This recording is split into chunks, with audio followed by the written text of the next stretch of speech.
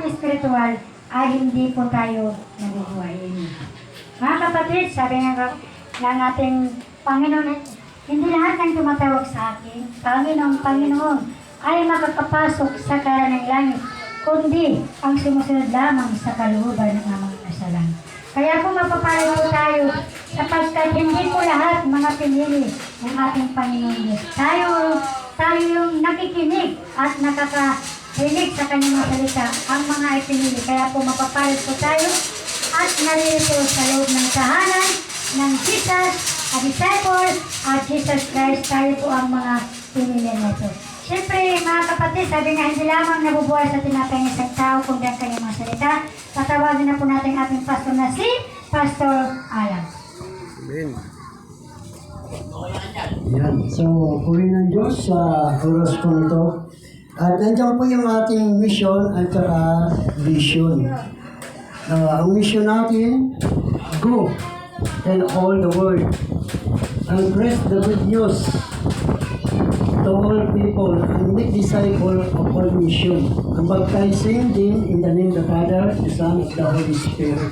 Like sabihin, kumain tayo sa buong sanlibutan. Nakain na ba tayo sa buong sanlibutan? Yes. Kasi yung video po natin, napapanood po ito ng Luzon, Visayas, Mindanao, maging sa ibang bansa, napapanood po tayo. No? Sa YouTube channel po natin, napapanood po tayo. So, ang ating namang vision, to mold people to have a strong relationship with God and feed all of God's children. And establish house of worship for God's children who are not tenant. Na ibig sabihin na mag-mold tayo ng mga tao na magkaroon sila ng matibay na relasyon sa Diyos at pakainin sila, yung mga anak ng Diyos ng pagkain spiritual. And then, ang magkaroon tayo ng house of worship na hindi po tayo nangungupahan.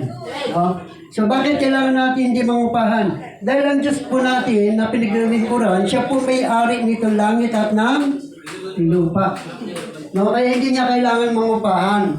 Kasi lahat na nakikita natin, siya po ang may-ari. No? Kaya yun yung ating pong vision na inano po natin na kung magkakaroon mo tayo ng bahay-sambahan sa labas, hindi rin tayo mangungupahan. No? So, yan po yung natin, mission at saka vision na tayo po ay nagpapahayag, nangangaral sa buong mundo. At ito po ay nangyayari na sapagkat yung salita ng Diyos ay napapanood po ito sa maging si Gisa, no? Si Gisa, napapanood niya rin yung ating mga gawain dito. Saan siya? Sa ibang bansa. Ibig sabihin, maging sa ibang bansa ay napapanood po tayo at nakapagpapahayag tayo ng salita ng Diyos. Kaya, yan po yung ating mission tsaka vision. Ng mission natin ay patuloy tayong mangaral ng mabuting balita at gawin alagad ang lahat ng bansa na inutos sa atin ng Panginoon. At yan ang ating mission. Kaya patuloy po tayong nagpapahayag ng mabuting balita hanggang tayo po ay buhay sa mundo pong ito. Hanggang tayo po ay buhay. So, ang ating pong pag-aralan sa oras po ito ay patungkol po sa tinatawag na bibliology. No? So, ano pong ibig sabihin ng bibliology? Study of the Bible. No? Yan po ibig sabihin ng bibliology. Na ang pag-aaral sa kapag ikaw ay nag-aaral ng salita ng Diyos ayon sa theology, ang tawag dyan ay bibliology. Na pinag-aaralan natin ang salita ng ating Panginoon. No? So, yan po yung ating pag-aaralan sa mga oras po ito. At bagayan, tayo muna po ay manalangin. Panginoon, maraming salamat sa Ospul ko Diyos. Kami po ay narito upang patuloy po na makinig ng iyong mga salita na siyang pagkain ng aming buhay, spiritual, Panginoon. Na sa mga Ospul ko Diyos, maging ang mga nanonood sa amin sa YouTube channel, sa FB, Luzon, Visayas at Mindanao, maging sa iba't ibang bansa, Panginoon, na nakakapanood ng YouTube, Panginoon, ay dalayan ko, Diyos, na sila man ay mapagpala ng iyong mabuting balita at masyira namin sila sa pamamagitan ng panunod nila sa YouTube channel nito, Diyos. Kung ano ang aming napapakinggan sa araw po ito, Diyos, kapag ito'y kanilang napanood, ay mapapakinggan din nila ang aming naririnig, Panginoon, patungkol sa bibliology. Kaya purihin ka, O Diyos, maging lingkod, patuloy niyo pong bigyan ng kalaman at karunungan upang magampanan ko, Panginoon, ang tungkulin na inatang niyo po sa akin dito sa Disciple of Jesus Christ Mission Church, Panginoon. Kaya pagpalain mo po yung lingkod, financially, materially, at spiritually, upang ako'y makatulong at makapagbigay sa mga anak mo, Panginoon, sa lugar nito at maging sa mong bagay, O Diyos. Kaya purihin ka sa pangalan ni Jesus. Amen. So yan ay nakikita natin dito yung pag-aaral patungkol sa tinatawag na bibliology. Ang bibliology ay pag-aaral na tinatawag na Biblia, ang salita ng Diyos. Ang Biblia ay kinasiya ng Diyos at pinagmumulan ng kalaman patungkol sa Diyos at kay Iso Kristo na ating tagapagligtas. At sa kawalang hanggan, kung wala tayong wastong pag-aaral sa Biblia, ay hindi natin maunawaan ang ating mga binabasa. So dito ay kailangan natin pag-aralan ang Biblia. Dahil kapag hindi raw tayo nag-aaral ng Biblia, kahit basahin natin ang Biblia, hindi mo raw ito maiintindihan at maunawa. Bakit? Sapagkat sabi sa Biblia, ang Biblia ay hindi ito kayang unawain ang sarili nating pang-unawa. Maliban kung mayroong magpapaliwanag sa atin. At ang sino magpapaliwanag sa atin? Siyempre yung mga lingkod ng Diyos. Kasi yung mga lingkod ng Diyos, sila lamang ang binigyan ng Panginoon ng kaunawaan para may paliwanag sa atin kung ano man ang nakasulat sa Biblia. No? Kaya, yan yung pag-aaral. Kaya, ang Biblia, ano ang ibig sabihin na ang Biblia ay kinasihan? No? Yan po isa sa mga pag-aaral patungkol sa bibliology. Na ang katanungan, ano ang ibig sabihin na ang Biblia ay kinasihan?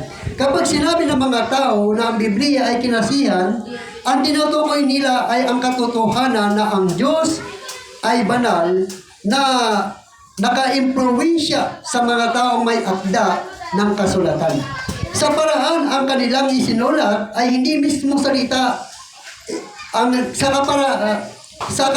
sa paraan ang kanilang isinulat ay ang mismong salita ng Diyos sa konteksto ng kasulatan. Ang salitang inspirasyon ay nangahulugan hindi nga ng Diyos.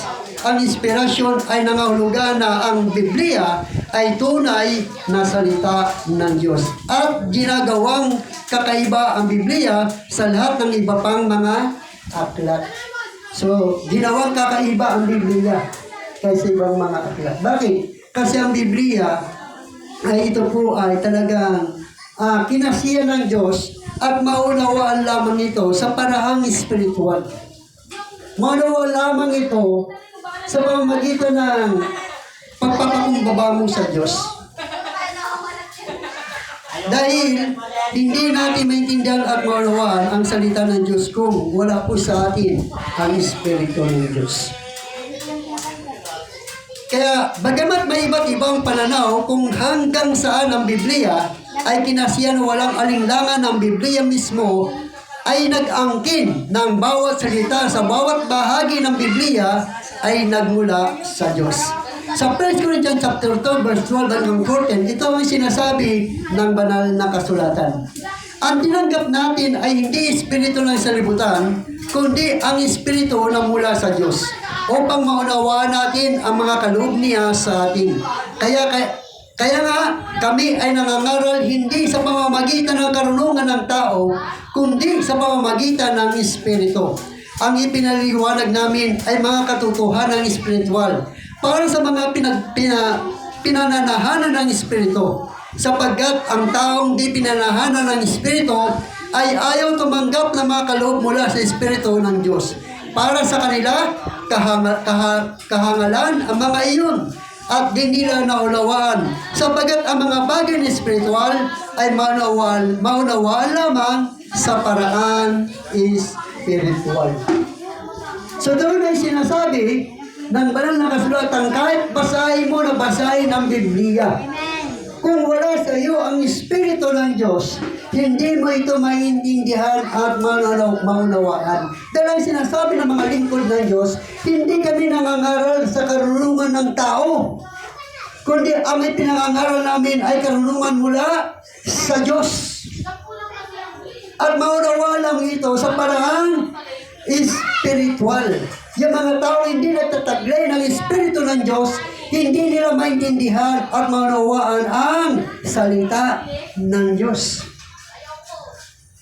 Kaya, kailangan natin yung mayroong magpapaliwanag sa atin. Kailangan natin yung isang pastor o isang manggagawa ng Diyos na kinasiya ng Diyos, sinamahan ng Diyos, at ang kanyang Espiritu ay mula sa Diyos. Dahil kapag hindi mula sa Diyos ang kanyang Espiritu, hindi siya magsasalita ng salita ng Diyos. Dahil ang sabi sa Biblia, hindi pwede sumpain ng isang tao na si Jesus hindi pwede sumpain na si Jesus ay masama ng isang tao kung ang Espiritu ni Kristo ay nasa kanya. Pero kapag wala sa kanya ang Espiritu ni Kristo, walang halaga sa kanya si Kristo. Kaya dito sinasabi ng Biblia sa 2 Timothy chapter 3 verse 15, na sabi sa Biblia verse 17, ang lahat ng sulatay ay kinasihan ng Diyos at nagagamit sa pagtuturo ng katotohanan, sa pagtatama sa muling katuruan, sa maling katuruan, sa pagtutuwid sa likong gawain, at sa pagsasanay para sa matuwid na pamumuhay. Upang ang lingkod ng Diyos ay magiging karapat-dapat at handa sa lahat ng mabubuting gawain. Kaya kapag naiintindihan mo ang salita ng Diyos, kapag nasa iyo ang Espiritu ng Diyos, ang salita ng Diyos ay napakahalaga sa buhay mo. Dahil ito yung guide ng buhay mo. Kumbaga sa kumpanya, ito po yung mapa. O ito yung tinatawag na blueprint. O tinatawag na plano. Na kapag wala plano ang kumpanya, walang blueprint ang kumpanya, hindi mabubuo ang building. Ganon din naman kapag wala ang salita ng Diyos sa lahat ng tao, hindi niya mabubuo at maunawaan kung paano niya mapaglingkuran ng Diyos. Kaya ang mga tao ay gumagawa ng paraan kung paano niya mapaglingkuran ng Diyos. Pero kapag naintindihan nila at nanawaan, kapag nasa kanila ang Espiritu ng Diyos, alam nila kung paano nilang pinaglilingkuran ng Diyos. Ano ba ang Diyos? Ang Diyos ay Espiritu. Ang Diyos ay Espiritu. Kaya kapag naintindihan mo at naunawaan mo mga bagay na espiritual, naglilingkod ka sa Diyos sa Espiritu at sa katotohanan. Alam mo, ang Diyos ay Espiritu. Kaya hindi mo kailangan ng mga larawan. Hindi mo kailangan ng mga ribulto. Dahil ang mga iyan ay galit ang Diyos. Ayaw ng Diyos ng gano'n na nagsasamba ka sa gano'ng paraan. Sapagkat yan ay paglingling lang. Paglingling lang po yan. Na kailangan mo ang mga larawan, ribulto para makapagsimba ka sa Diyos. Alam niyo ba kung paano nilinglang si Adan at si Eva ni Satanas? Di ba nung sabi ni Diyos kay Eva, makakain mo ang bungang kahon na yan. Balik ka rito. Huwag mong kainin ang bungang kahon na yan. Sapagat kung ikaw kakain yan, ikaw ay mamamatay. Ano sinabi ni Satanas sa kanya? Niling lang niya si Eva. Hindi totoo yan. Hindi kayo mamamatay. Kapag ikaw ay kumain yan, ikaw ay magiging parang Diyos. At malalaman mo ang mabuti at masama. So doon ay makikita natin na yung mga taong hindi nakakakilala sa Diyos, wala sa kanilang espiritu ng Diyos, ang kanilang pangungusap ay pangliling lang. Hindi totoo yan. Kailangan may ribulto at malalarawang ka. Dahil kapag wala ka niyan, wala kang Diyos. At hindi ka makapaglilingkod sa Diyos. Yan po ay pagliling lang. Pero sa totoo, may espiritu ng Diyos. Alam niya at tinuturo niya ang tama at totoong paglilingkod sa Diyos. Amen? Sa John chapter 4, verse 23 hanggang 24, ngunit dumating na ang panahon na ngayon na nga na ang mga tunay na sumasamba sa Ama ay sasamba sa Kanya sa Espiritu sa katotohanan, sapagat ito ang hinahanap ng Ama sa mga sumasamba sa Kanya, sapagat ang Diyos ay Espiritu, kaya dapat siyang sambahin sa Espiritu at sa katotohanan. Yan yung mga taong naglilingkod sa Diyos na nakakaintindi at nakakaunawa at may Espiritu ng Diyos. Na hindi nila kailangan ng rebulto. Hindi nila kailangan ng larawan para sambahin ng Diyos. Sapagat ayaw ng Diyos yan. So doon makikita natin na ang Biblia ay napakahalaga. Kaya ang pananaw na ito sa kasulatan ay kadalasan tinutukoy bilang inspirasyon na plenaryo sa pandiwa. Nangalogan, yun na ang inspirasyon ay umaabot sa mismong mga salita ng Diyos. Hindi lamang ang mga konsepto o ideya at ang inspirasyon ay umabot sa lahat ng bahagi ng kasulatan at lahat ng paksa sa kasulatan.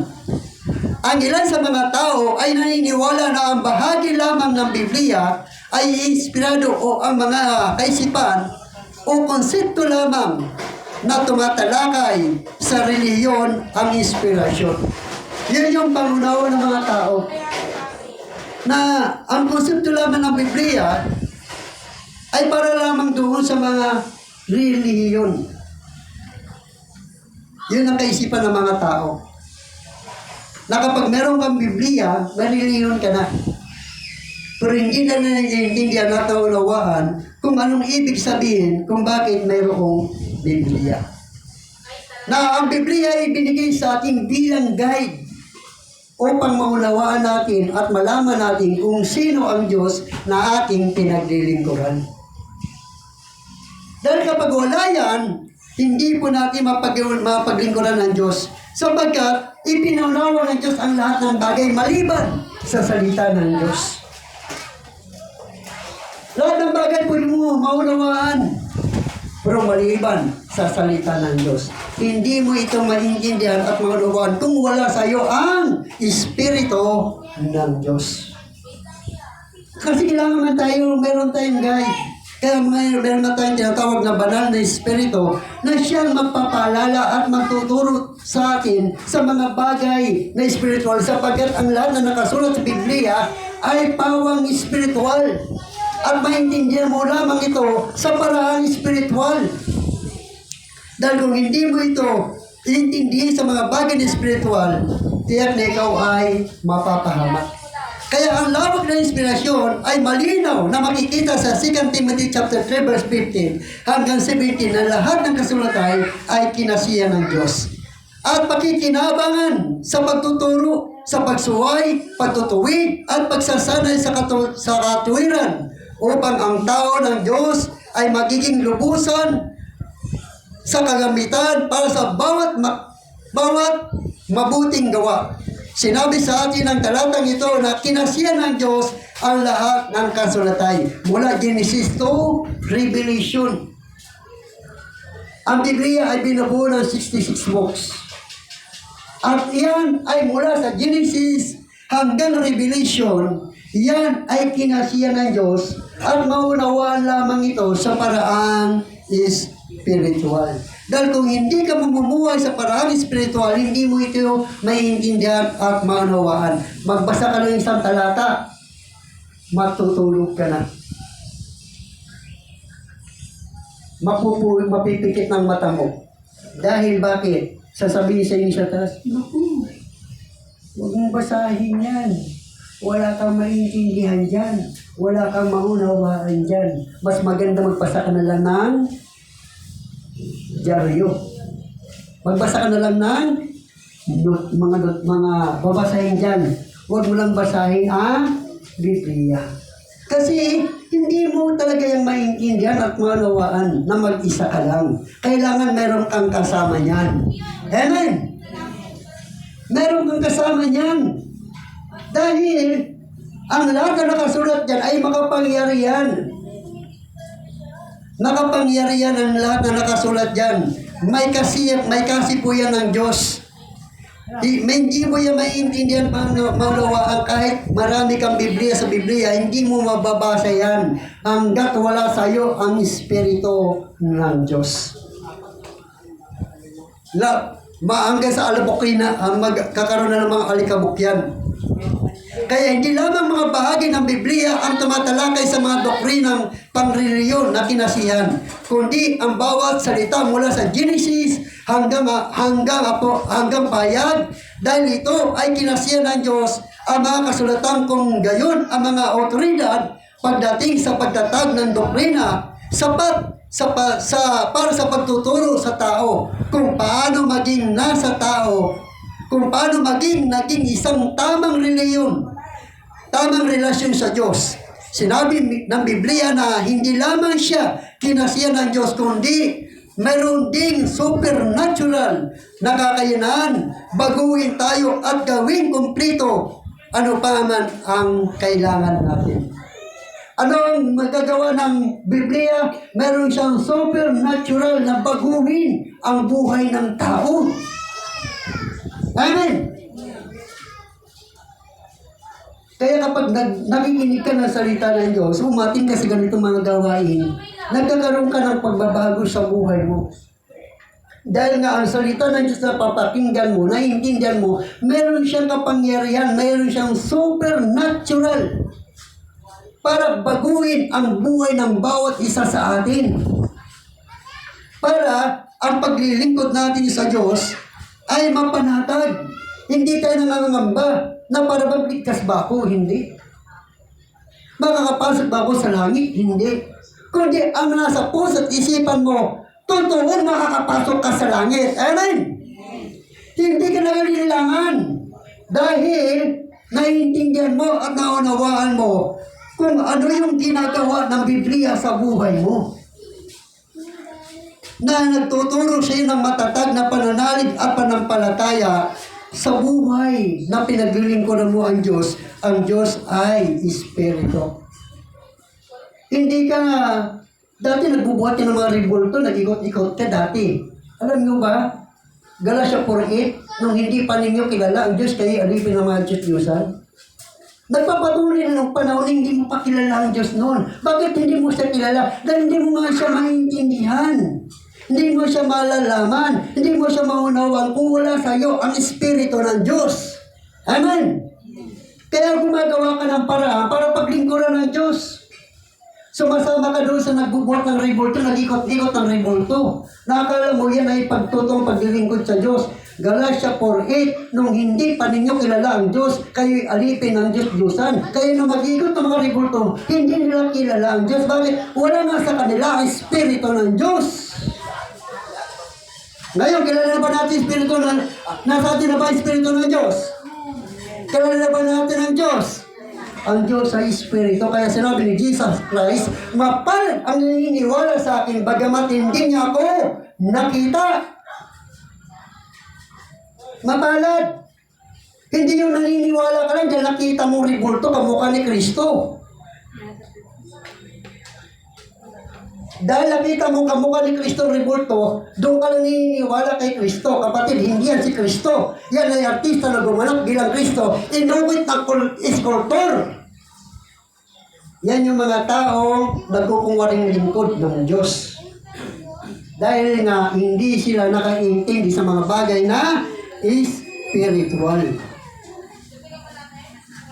Kaya nakakalungkot Sa 2 Peter chapter 1 verse 20 hanggang 21, higit sa lahat, unawain ninyong walang makakapagpaliwanag ng alimang propesiya sa kasulatan, sa sariling kakayahan. Sabagat ang pahayag ng mga propeta ay hindi nagmula sa kalooban lamang ng tao. Ito'y galing sa Diyos at ipinahayag ng mga taong nasa ilalim ng kapangyarihan ng Espiritu ng Diyos. Kaya kapag wala sa iyo ang Espiritu ng Diyos, hindi mo talaga maintindihan, maunawaan ang binabasa mo sa talata ng Biblia. Naniniwala po ba kayo na nagbabasa sila ng Biblia? Bakit hindi na ito naiintindihan at unawaan? Dahil wala nga sa kanila ang Espiritu ng Diyos. Dahil kapag nasa kanila ang Espiritu ng Diyos, ubos ang reporto nila. Itatapon nila yun. Dahil nga, sabi sa Biblia, ayaw ng Diyos na magkaroon ka ng mga larawan at tribulto. Itapon mo mga yan, sabi ng Josue. Itapon nyo ang mga larawan at tribulto.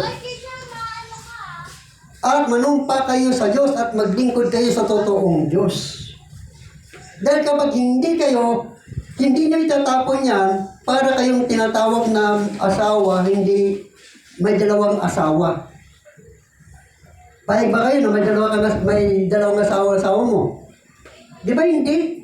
Kailangan maging stricto ka sa Kanya. Ganon din ang Diyos. Ayaw ng Diyos na magkaroon ka ng revolto at dun sasambahin mo siya. Ayaw din ng Diyos yun. Ang sabi sa Deuteronomy chapter 4 verse 16, kaya ingat kayo. Huwag kang gagawa ng anumang larawan upang sambahin maging kawangis ng tao. Sabagat ang Diyos ay mapanibuguin. Parusa niya ang lahat ng ayaw sa Kanya. Mapanibuguin ng Diyos. Siloso ang Diyos. Amen po ba? Kung ang tao ay siloso, how much more ang Diyos? Kaya ayaw ng Diyos na magkaroon ka ng dalawang Diyos. Isa lang Diyos ang paglilingkuran mo. Ang Diyos natin ay Espiritu. Hindi yung may dalawa kang Diyos. So dyan makikita natin yan ang tinuturo ng Biblia. Kaya napakahalaga na kapag nasa iyo ang Espiritu ng Diyos, maintindihan mo ito at maunawaan. Kaya mga kapatid, baka may mga revolto pa kayo sa bahay nyo, hindi nyo pa yung tinatapon, hindi nyo pa yung sinusuko, ay baka pagdating ng takdang panahon, maiiwan ka, sasabihin sa inyo ng Diyos, hindi naman talaga ninyo ako pinaglilingkuran eh. Nakikinig kayo ng salita ng Diyos, subalit hindi niyo ito sinusunod. Amen! Dahil yung bahay, yung revolto mo sa bahay mo, ayaw mo pang itapon. Dahil bakit? Ang dahilan, mahal kasi yung pagkabili mo. Hulugan pa sa Bombay. Isang taong mong inulugan yan. At hanggang ngayon hindi pa tapos. At itatapon lang.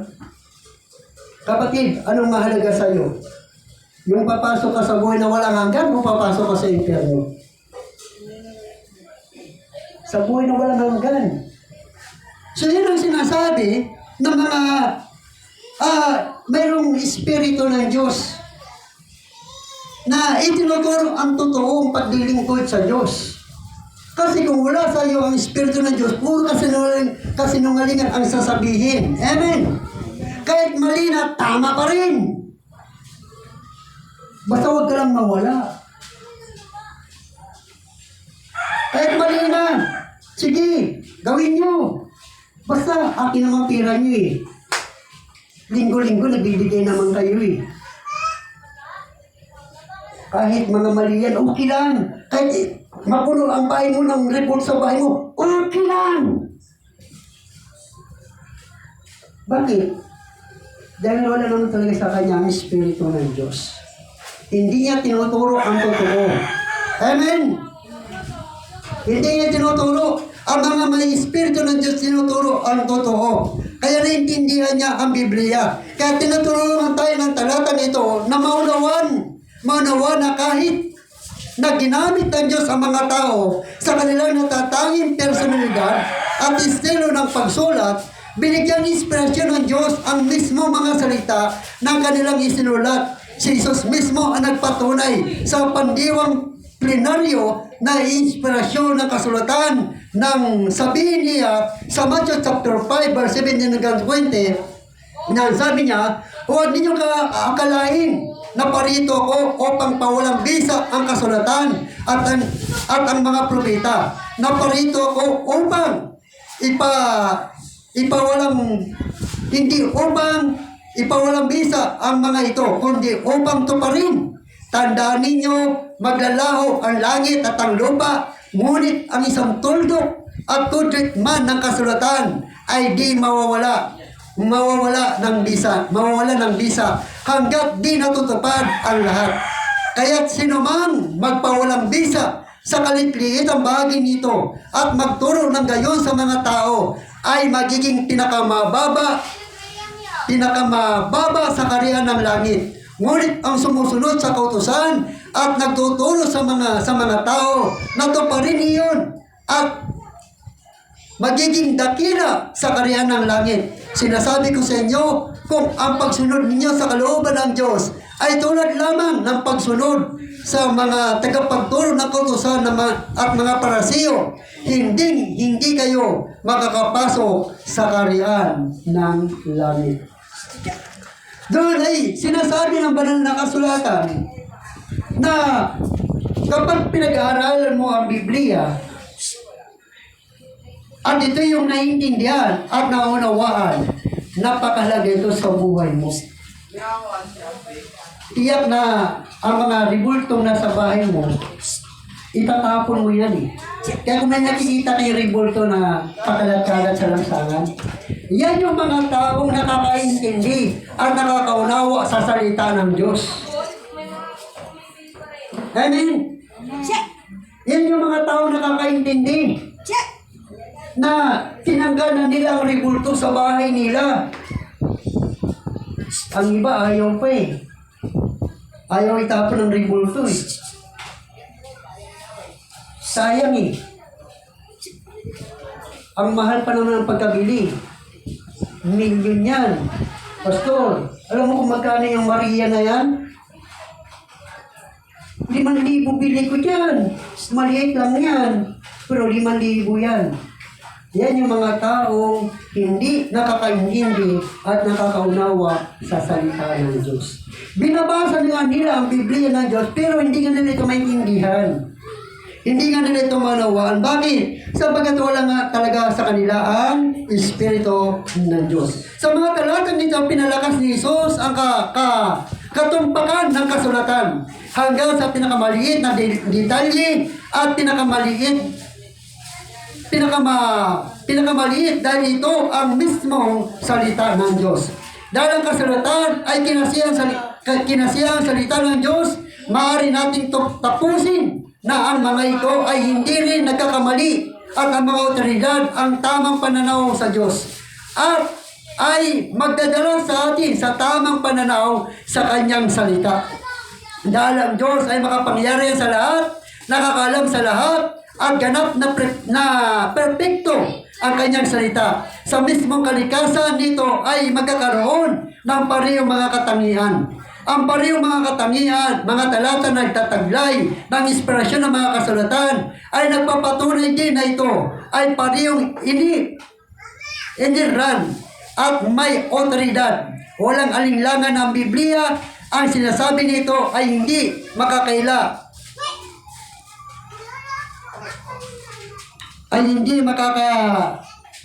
Makakaila, may kapangyarihan salita ng Diyos sa sangkatauhan. So, mayroong kapangyarihan ang salita ng Diyos kapag ito ay lagi po nating binabasa. Kapag ito ay lagi nating pinag-aaralan. At ito ay lagi nating pinakikinggan na marami mga taong nabago ang buhay. Isa na tayo nun. Amen po ba? Nabago ba po ba tayo? You will know the truth, and the truth shall set you free. Na makikilala niyo ang katotohanan, at ang katotohanan ay siyang magpapalaya sa inyo. Ito yung nagpalaya sa atin. Dati anong buhay natin? wala tayo sa Diyos. Amen? Hindi tayo naglilingkod sa Diyos. Na hindi na tayo umati sa ganitong gawain. Kapag nakakarinig tayo ng ganitong gawain, akala natin ito'y kahangalan, ito'y kamangmangan. Pero biyaya, purihin ang Diyos dahil sa kanyang salita na bago ang ating buhay. Nagkaroon tayo ng pag-asang paglingkuran ng Diyos. Nagkaroon tayo ng pagkakataon na maunawaan kung paano natin matutunan ang Diyos sa buhay natin. Kaya sa mga oras pong ito mga kapatid, napakahalaga sa buhay ng isang tao na nasa kanya ang Espiritu ng Diyos. Pinapatnubayan tayo ng Espiritu ng Diyos. At mula Genesis hanggang Revelation, yan ay yung maiintindihan at maunawaan kapag ikaw ay ginagay ng Espiritu ng Diyos. Kaya ang pag-aaral sa salita ng Diyos ay napakahalaga. Bagamat ang salita ng Diyos ay nabuo ito sa loob ng 1,500 years. Ang salita ng Diyos. Mula Genesis to Revelation. Nabuo po yan. At ang ginamit ng Diyos na mga taong manunulat ay iba't ibang tao. Meron siyang 40 na tao na ginamit ng Diyos na nagsulat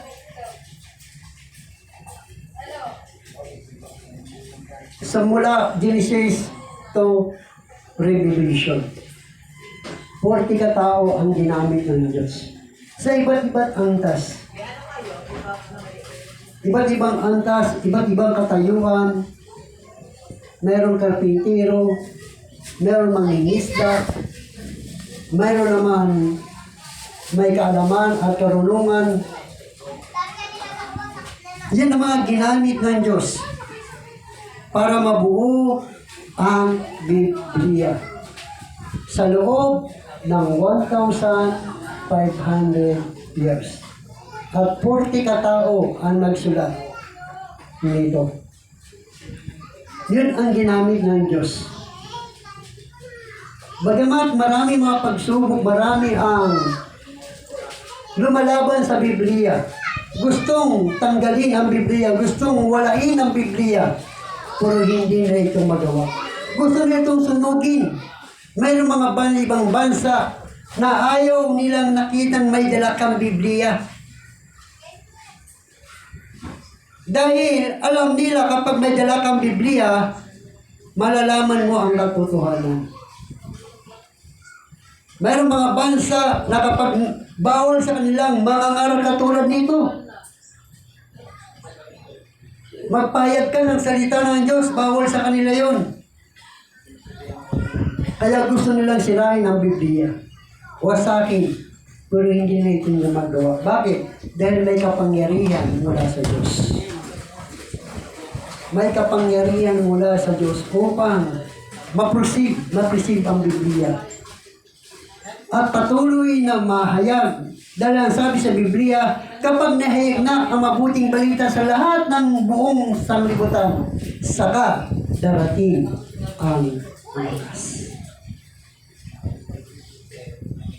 Kaya, napakalaga ang Biblia. Dahil ito ang tanging paraan para matapos ang mundong ito. Sabi sa Matthew chapter 24, verse 13 hanggang 14,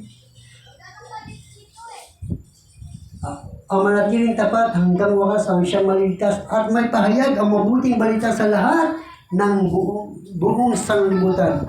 Saka darating ang wakas.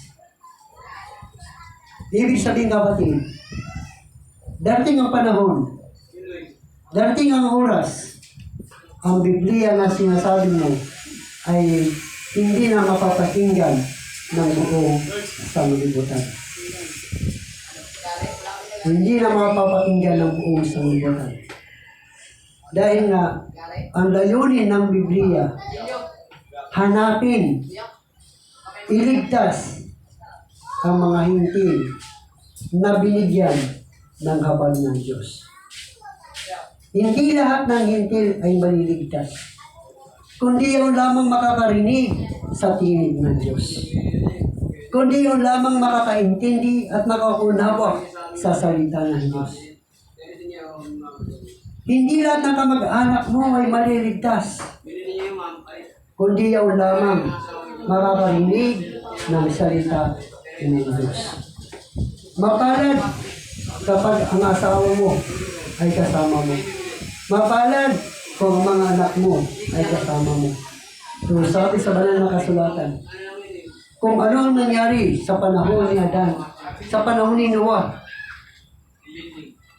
at maging sa panahon natin ngayon, ang kaligtasan ay para sa mga Hudyo. Sabi ng Biblia. Ngunit hindi nila tinanggap ang kaligtasan. Kaya naibaling ang kaligtasan sa mga Hintil na parang kahalintulad sa arko ni Noah. Ang mga Hintil ay kahintulad sa mga arko ni Noah na hindi lahat ng Hintil ay maliligtas. Mapalad ang mga taong makakarinig ng salita ng Diyos.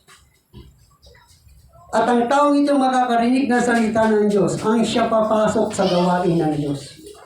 Pero yung mga taong hindi nakakarinig ng salita ng Diyos, kailanman hindi ang papasok sa gawain ng Diyos.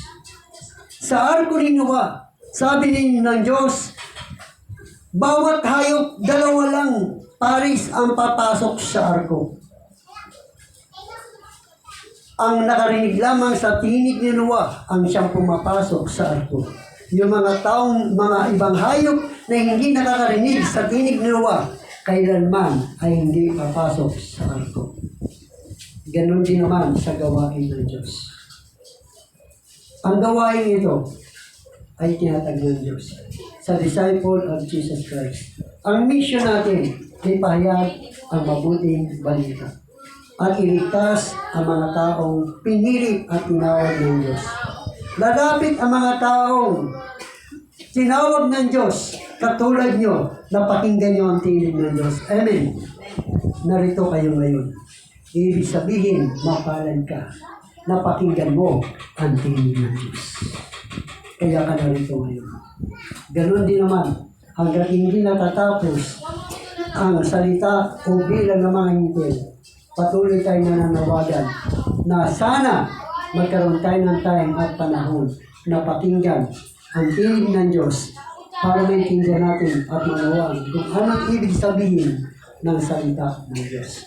Kaya huling ka pa noon sa oras po ito, Lord, naway meron kami naiintindihan at naunawaan patungkol sa bibliology, patungkol sa pag-aaral ng salita ng Diyos. Na ang salita ng Diyos o Diyos ay hindi namin ito maintindihan at maunawaan sa sarili naming kakayanan, sa sarili naming karunungan, kundi maintindihan lamang namin ito at maunawaan kung nasa amin ang iyong Espiritu. Salamat o God, naniniwala po kami na ang Espiritu Santo sa bawat isa sa amin ay narito o Diyos. Kaya nintindi namin ang mga bagay ng spiritual. Kung bakit kami naglilingkod sa iyo, Panginoon. Dahil naniniwala kami, ito yung utos mo sa amin, na 6 na araw kami gagawa ng aming ikabubuhay. At isang araw ay ilalaan namin ito para sa iyo, para kay aming paglingkuran, papurihan at pasalamatan. Kaya puring ka, Panginoon, sa mga oras po ito, Diyos, pagpalain niyo ang lalabing namin gawain sa mga hospital sa pangalan ng Jesus. Amen. Umako na po tayo sa magbigay ng bukal sa kaluban at hindi napipilitan naman. Siyempre, tatawagin ko ang ating brother na si Brother Jerry.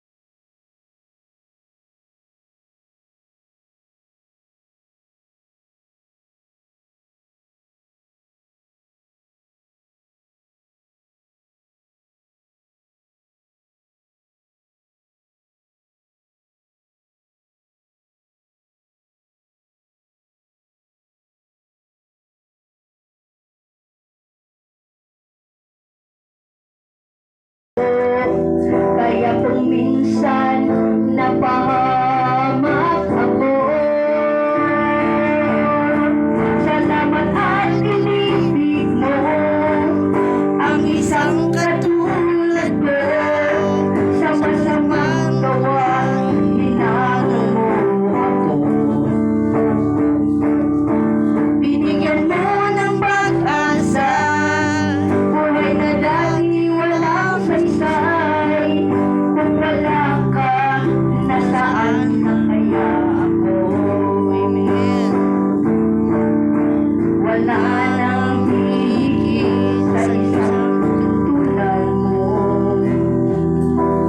Ang pag-ibig mo kailan may maglalaho. Kahit ako'y makasalanan, binigyan ko pinabayaan. Inagay mo ako patungo sa'yo. Salamat at inibig mo ang isang katulad ko. Sa masamang gawa, hinago mo ako. Binigyan mo ng pag-asa, buhay na dati walang saysay. Kung wala ka, nasaan na kaya ako? Di ko malimutan noong ako'y napalaban, humingi ng kaligtasan, ako'y iyong tinulungan. Bumisos kay buti mo sa akin. Salamat at inibig mo ang isang katulad ko. Sa masamang gawa, hinago mo ako. Binigyan mo ng pag-asa, buhay na dati walang saysay. Kung wala ka, nasaan na kaya ako? Salamat at inibig mo ang isang katulad ko. Sa masamang gawa, hinago mo ako. Binigyan mo ng pag-asa, buhay na dati walang saysay. Kung wala ka, nasaan na kaya ako? Kung wala ka, nasaan na kaya ako? Kung wala ka, nasaan na kaya ako? Hallelujah, Jesus. Nasaan na ba tayo ngayon? Kay Kristo. Di ba? Kung wala ka kay Kristo, nasaan ka ngayon? Sabi nga sa kanta, nasa hangin pa ako. Nakalutang pa. Kaya purihin ng Panginoon sa mga bagay na ibinigay ng Diyos sa atin, sa mga papuling awit, itinanggagaling sa Kanya. Kaya purihin ng Diyos, salamat sa Kanyang kahabagan. Amen. Ito na po. Ito ang ating disciple of Jesus Christ. Yun ang ating naging kasi pag wala ito, parang sabi ng mga sa labas, gawa-gawa lang. Kaya meron tayong ito kasi ito yung provement ng ating pagsamba na katunayan na hindi tayo illegal, hindi tayo kuro-kuro. Kaya meron tayong kumbaga legal po tayo, kumbaga sa naka-register po tayo sa SIC, di ba? Kaya hindi tayo kulurong. Kaya walang sa atin dito dahil matibay, kumbaga sa nagpapasakop tayo sa gobyerno, di ba? Pag hindi ka nagpapasakop sa gobyerno, kulurong ka, pwede ka hulihin, di ba? Wala kang ID. Wala kang, kumbaga wala tayong identity. Ano ka ba talaga? Di ba? Kaya, ito matibay na sandigan natin ng disciple na may tumingin man, ay ano pala yan? Hindi natin pwedeng pakialaman yan, nakaano yan. Hindi ka illegal. Kaya kahit saan magpunta, kahit saan ilagay, legal tayo dahil meron tayong pinanghahawakan na evidence. May evidence, kumbaga, ano yan, naka-ano yan, naka-sealed yan. Yan ang pinanghahawakan po natin. Na hindi tayo kulurong. Di ba? Kasi pag may mga bisita na ano lang ba, kumbaga sa puro parayaw na. Di ba? Na tayo seryoso eh. Sa Diyos tayo naglilingkod. Kaya, nagiging matibay ang ating pananampalataya dahil meron tayong pinanghawakan. Di ba? Nakaano pa yun tayo sa sick registration. Pili yung gawing ID. Yan, matibay yan sa mga ID. Yan si Brother Jerry, nakaano sa bangko, ginagamit niya yan. Yan, ginagamit niya yan. Kasi nakaano yan. Ayan, yung ID niya.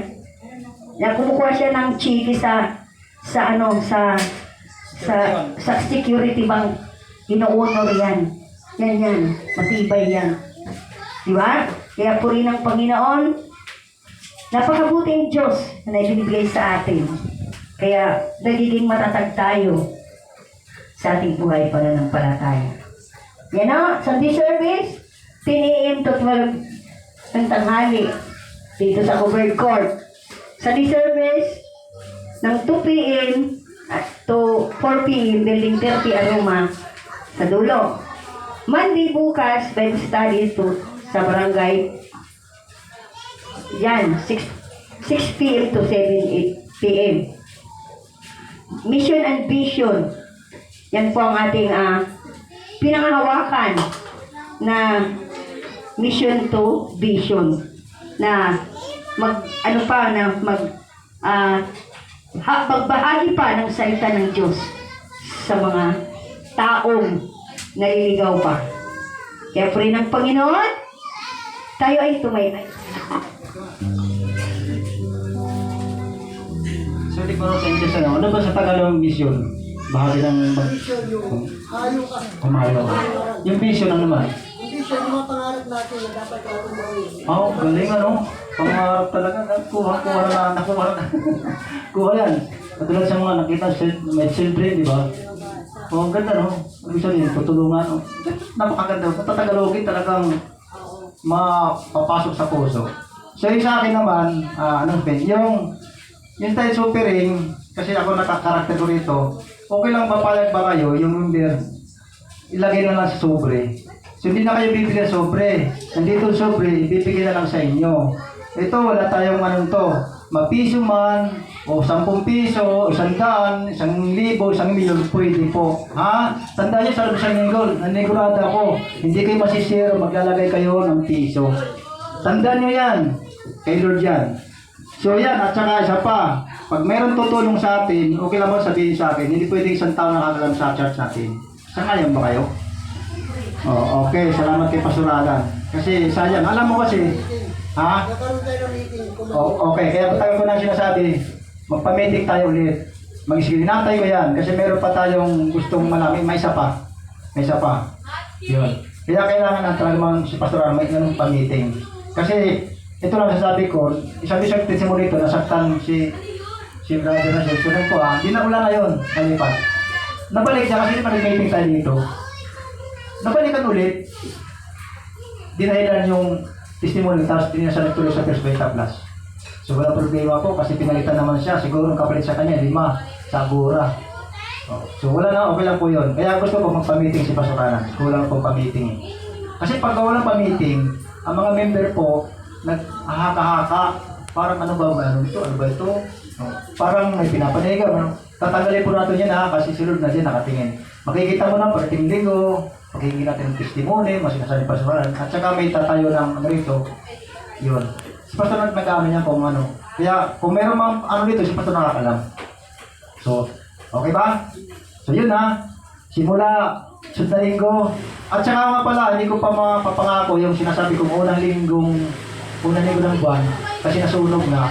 So, prepare ako. So, kinapasa ako ng Panginoon kasi bala ko naman ulit kung tuloy-tuloy ng biyaya. Yun na nga, siyempre, magpapakayan si Lord dito. unang linggo. Hindi ko pa maano, hindi pa nagutin. Kasi ano, Lord, ano bang will mo? Pero gusto ni Lord yun, hindi ko lang ginagawa. Kasi ang pera para may parating, hindi naman ng pagod. Dumating ang pera. So ano gagawin? So di ba? Sibig gagawin doon sa mabuting sasakupan mo. So, okay lang po, Pastor? Okay, maraming salamat. Kitang. Reminder, lapit na, 2 weeks na lang. Sunod na linggo, merong gagamit dito. Pero nandito pa rin tayo, umaga. Kahapon naman sila eh. Meron pa. Sila Brad Paul. Gagamit sila Sunday. Dito yun sila. Kasi hindi na tayo magde-decorate. Sila na magde-decorate. Ano na lang tayo rito. Kung ano natin, hindi natin alisin to. Sa hapon tayo, Pastor. Sa linggo. Uy, aalisin niyan kasi Ah, sila sila. maglalagay. Hindi aalis. Hindi na tayo maglalagay. Yung Hindi. Sila ang maglalagay dito. Tayo na lang ang aatin dito. Pagtapos natin sila naman kasi sa kanila eh. Oo. Panghapon yan sila. Pangako sila, okay. Oo. Sabi nila, pag na tayo mag-decorate sila na, aatin na lang tayo. Kasi pang-umaga tayo. Tatanggalin lang naman yan. Tatanggalin mo. Okay, yun lang. Hindi, maglalagay tayo ng ganito. Pero, asa mga mag-decorate sila. Sila, Gagamitin na lang natin. Gagamitin Gagamitin na lang natin. Gagamitin na lang yung ano. Pero ilalatag pa rin natin yan. Kailangan nilalatag natin yan. Kaya, Panghapon sila, panghapon. Panghapon sila. Okay. umaga tayo. Kaya, yung pinaka-last Sunday, yun ang pinaka-ano natin, tinatawag na Christmas party. Ano yan una yung sa Family Sunday, Christmas party. Doon na yun ano natin, ibubuhos. Ano magiging pagkain natin yung mahin? Basta, kung anong mayroon. Sa 28? Oo, sa 28. Bahala na kung ano, basta. Si Lord naman ang mag-ano noon eh. Diba? Parang mayroon isang na makontento na. Anong mayroon? Kung ano yun yan. Kung anong nandyan. Kaya po rin ang Panginoon, tayo tumayo. Cheesecake. Ayun nga pala, skins gift pa pala. 100 pataas. Kaya mabibili natin sa isang meron, chinelas. Oo. Ano na, basta ang mga gamit, di ba? Mula 100 to 150. Sa pataas, bahala na kung anong mayroon. Kaya tayo tumayo, tayo ay awit sa uling, awit sa Panginoon.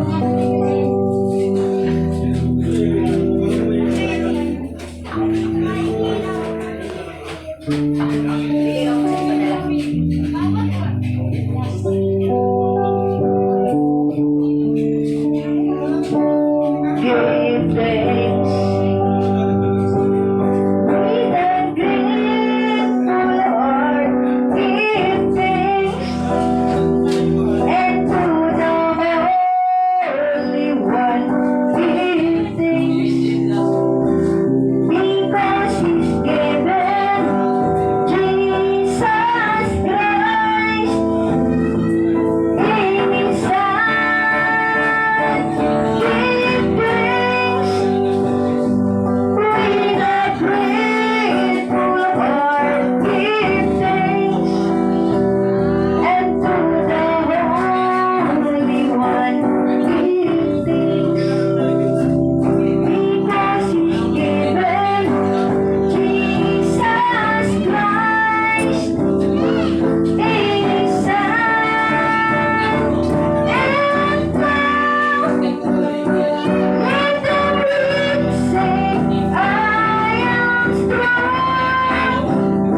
Let the poor say, I am rich.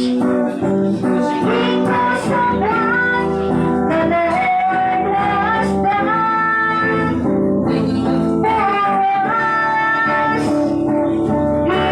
thanks. Hallelujah. Let's panalangin.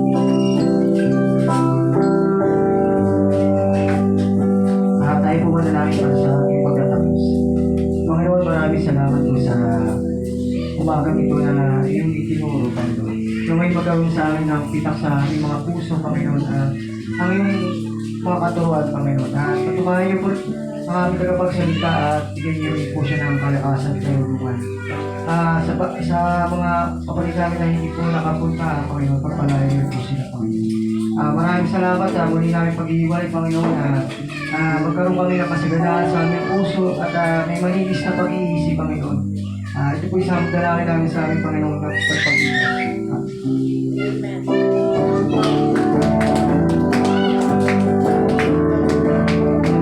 Baka may naman kapatid sa Panginoon. Ako'y natutuwa, nandito ka ngayon. Ako'y nasasabi na makasama ka. Miss na miss kita, kapatid sa Panginoon. Kaibigan, nasa araw na ito tayo'y magkasama. Kailigaya, nasa araw na ito tayo'y magkasama.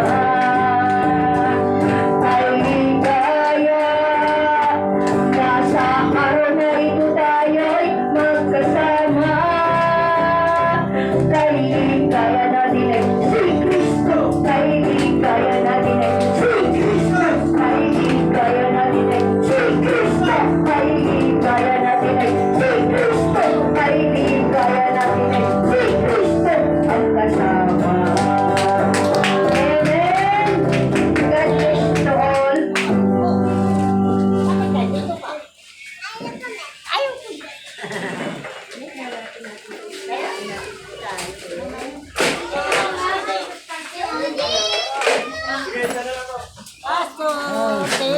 Sa ano ha?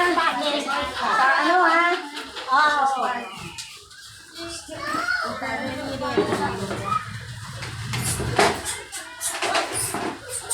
Okay.